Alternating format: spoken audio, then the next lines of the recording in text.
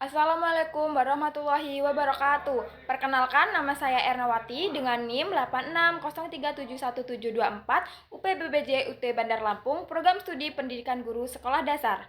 Pada kesempatan ini, saya akan menjelaskan hubungan timbal balik yang erat antara filsafat ilmu dan pendidikan. Keduanya saling mengisi dan memperkuat satu sama lain, di mana filsafat ilmu menjadi landasan bagi pendidikan, dan pendidikan menjadi tempat penerapan sekaligus mengembangkan gagasan filsafat tersebut. Berikut penjelasannya secara singkat dan jelas. Baik, yang pertama ada peran filsafat ilmu bagi pendidikan. Menurut pandangan saya, filsafat ilmu berfungsi sebagai landasan dan pengendali. Ia memperkuat eksistensi pendidikan dengan memberikan jawaban mendasar mengenai hakikat dan tujuan pendidikan itu sendiri. Dari sisi keilmiahan, filsafat ilmu memastikan cara kita memperoleh dan menyusun pengetahuan yang dilakukan secara rasional dan benar.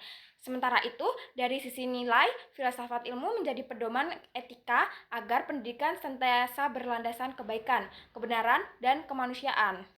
Baik, yang kedua ada peran pendidikan bagi perkembangan filsafat ilmu di sisi lain. Pendidikan yang bermakna dan bernilai adalah wujud nyata dari pemikiran filsafat. Melalui praktik pendidikan, gagasan-gagasan filsafat diuji, ditetapkan, dan dilihat manfaatnya. Pengalaman-pengalaman dalam dunia pendidikan kemudian menjadi bahan refleksi yang berharga sehingga turut menyempurnakan dan memperkaya pemikiran filsafat ilmu agar terus berkembang sesuai kebutuhan. Baik, yang ketiga ada filsafat ilmu sebagai alat analisis. Filsafat ilmu ibarat pisau analisis yang membedah personal pendidikan sampai ke akarnya melalui 3 landasan. Yang pertama ada ontologi, meneliti hakikat dasar dari pendidikan, peserta didik, dan ilmu itu sendiri. Yang kedua ada epistemologi, meneliti cara, metode, dan keabsahan pengetahuan yang disampaikan. Ya, kemudian yang ketiga ada aksiologi, meneliti nilai, manfaat, dan tujuan pendidikan yang ingin dicapai. Ketiga hal ini membuat kita memahami masalah pendidikan secara. Kemudian yang terakhir ada contoh penerapan nyata. Contohnya terlihat jelas dalam penyusunan kurikulum. Secara ontologi, kurikulum disusun sesuai hakikat perkembangan anak. Secara epistemologi, metode pembelajaran dipilih agar ilmu mudah diterima dan dipahami.